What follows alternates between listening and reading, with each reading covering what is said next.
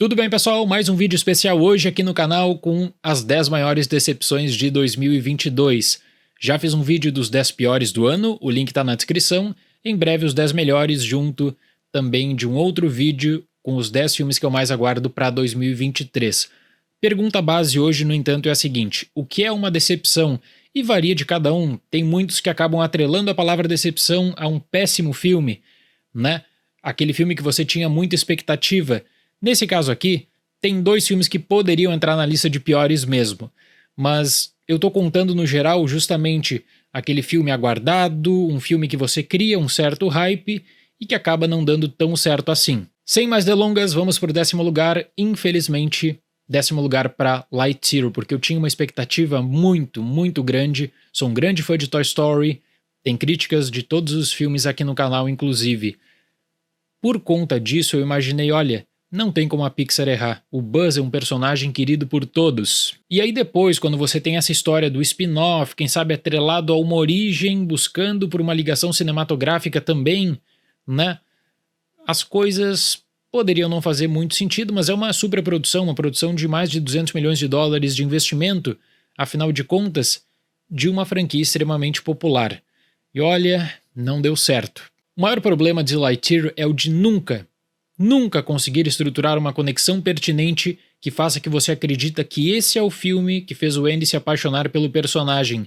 Eu realmente não consigo comprar por um segundo a ideia de que esse é o filme favorito dele. Aliás, essa conexão do Andy, o filme que o Andy assistiu, né, me parece muito mais uma adição posterior de sessão de teste, onde você tem uma espécie de reinvenção do personagem, troca de estilo, parece que buscando vender mais bonecos, né? Então um outro estilo, um outro design para aproveitar nos parques da Disney, para aproveitar nas várias lojas da Disney, o que é uma pena, porque potencial para fazer um baita filme do Lightyear, como eu disse, existia. Uma coisa é só usar o nome Lightyear, que foi feito aqui, outra coisa é você fazer um bom filme sobre Buzz Lightyear atrelado ao Toy Story, que era o que todo mundo esperava e que infelizmente não aconteceu.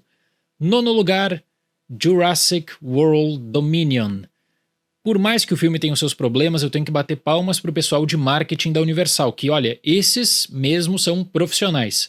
Eles conseguiram vender ao longo de mais de um ano a ideia de uma conclusão épica que pela primeira vez tinha o potencial de usar vários personagens icônicos de Jurassic Park dentro do universo de Jurassic World para uma boa narrativa.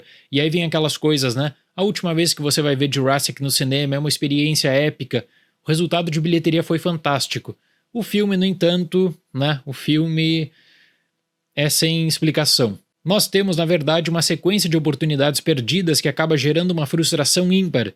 É difícil não ficar triste sabendo o que Jurassic World tinha nas mãos de potencial e o que foi feito de fato. Pior de tudo é que eles tiveram a cara de pau de vender uma versão estendida de Jurassic World Dominion. Falando mais ou menos assim, na versão estendida você vai encontrar mais conexões. Aquele golpe de marketing perfeito, o filme, no entanto, deixa muito a desejar mesmo. 8º lugar dessa lista, para um filme de uma franquia também popular que foi resgatada recentemente, O Massacre da Serra Elétrica.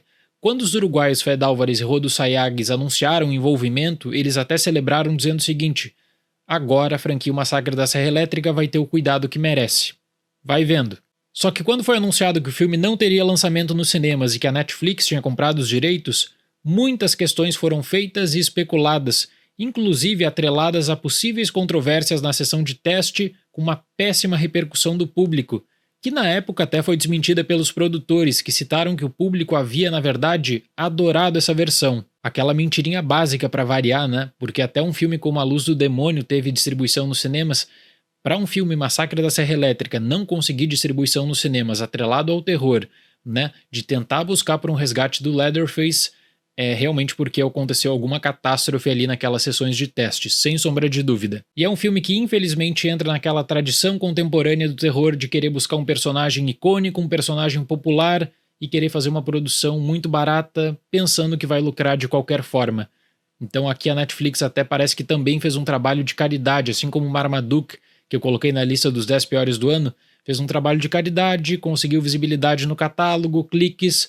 O filme em si é muito fraco. 7º lugar para Deepwater, Águas Profundas, o filme dirigido pelo Adrian Lyne, que foi baseado no texto da Patricia Highsmith, e isso me gerou já uma boa expectativa. Só que ele ficou 2 anos trocando de datas, e aí tiraram de uma hora para outra do circuito dos cinemas, anunciaram o lançamento direto para streaming, e aí começa a ligar o alerta. Opa, peraí, o que aconteceu? Um filme que está sendo adiado desde 2020...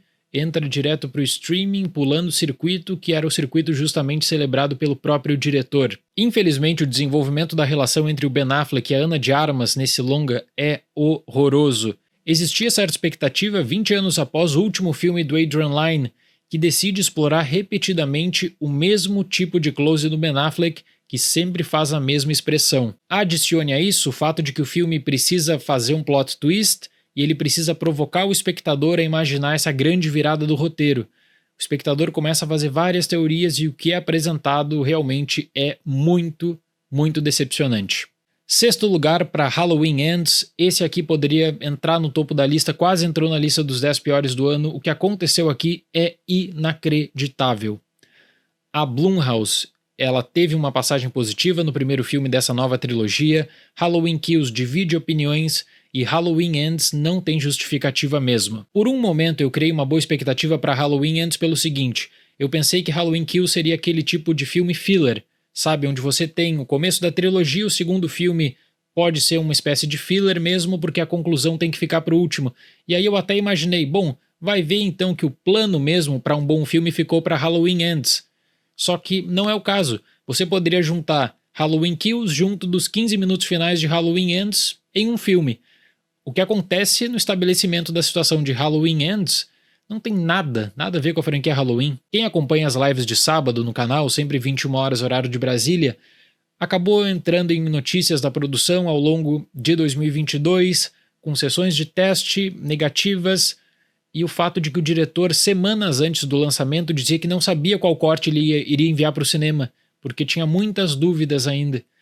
E aí você recebe um filme como Halloween Ends, né? E imagina o seguinte, olha, daqui a pouco vai ser anunciado, a família Cado vai anunciar um revival de Halloween, porque essa trilogia acabou de maneira bem decepcionante. 5º lugar da lista para Blonde, do Andrew Dominik, que eu já sabia que seria divisível, eu já sabia que seria também bem polêmico. Eu fiz um vídeo de Blonde da crítica do filme e depois eu acabei discutindo algumas questões referentes ao texto da Joyce Carol Oates.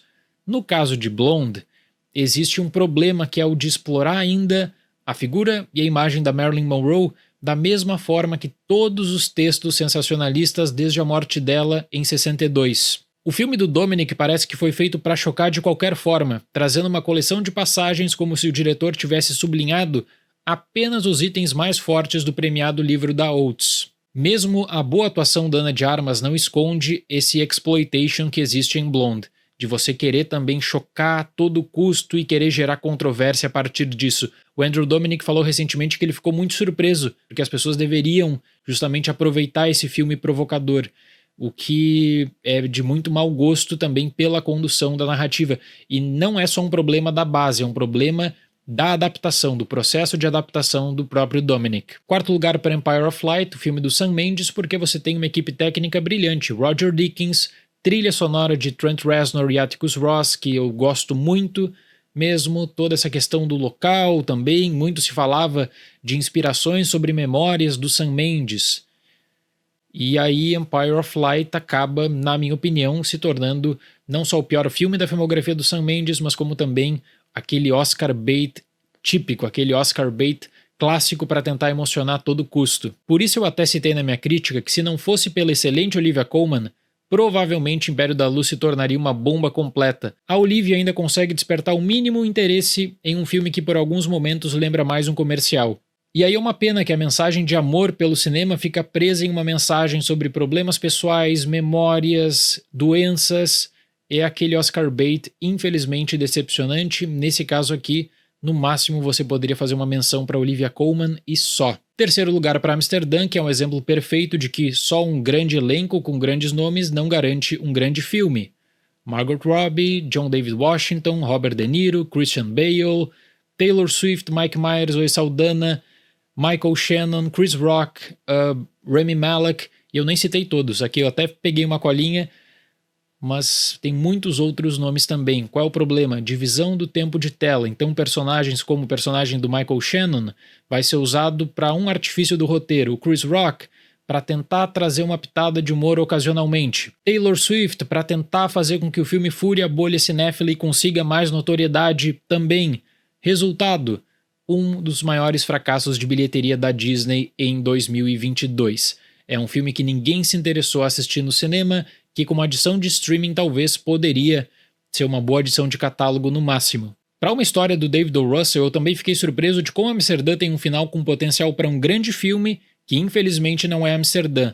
Essa tentativa de surpreender a todo custo e de buscar conexões na Primeira Guerra sofre pela falta de um vínculo forte com o público, especialmente pelos 3 personagens principais. Amsterdã é aquele filme super estrelado que não consegue justificar o porquê que tem tanta gente no próprio elenco, é inacreditável. O segundo lugar também é inacreditável, é um caso ímpar da indústria, icônico, que é Don't Worry Darling, Não Se Preocupe Querida, dirigido pela Olivia Wilde. Por que eu digo que é inacreditável? Que eu nunca vi algo semelhante. O roteiro foi aclamado pela indústria, o roteiro base de Don't Worry Darling apareceu na chamada Blacklist, que é justamente um compilado, de roteiros que se destacam entre diferentes setores do mercado. E aí você imagina, bom, o roteiro então vai ser adaptado, certo? Olha, parcialmente, porque aí a Olivia Wilde pediu para Katie Silberman, que trabalhou com ela em Booksmart, para fazer uma revisão completa e para reestruturar várias passagens justamente desse roteiro ultra premiado. E aí eu acredito que o filme ficou completamente descaracterizado e se tornou mais interessante pelas polêmicas de bastidores do que propriamente pela narrativa, que ainda conta com um desnível alarmante entre a atuação do Harry Styles com a da Florence Pugh.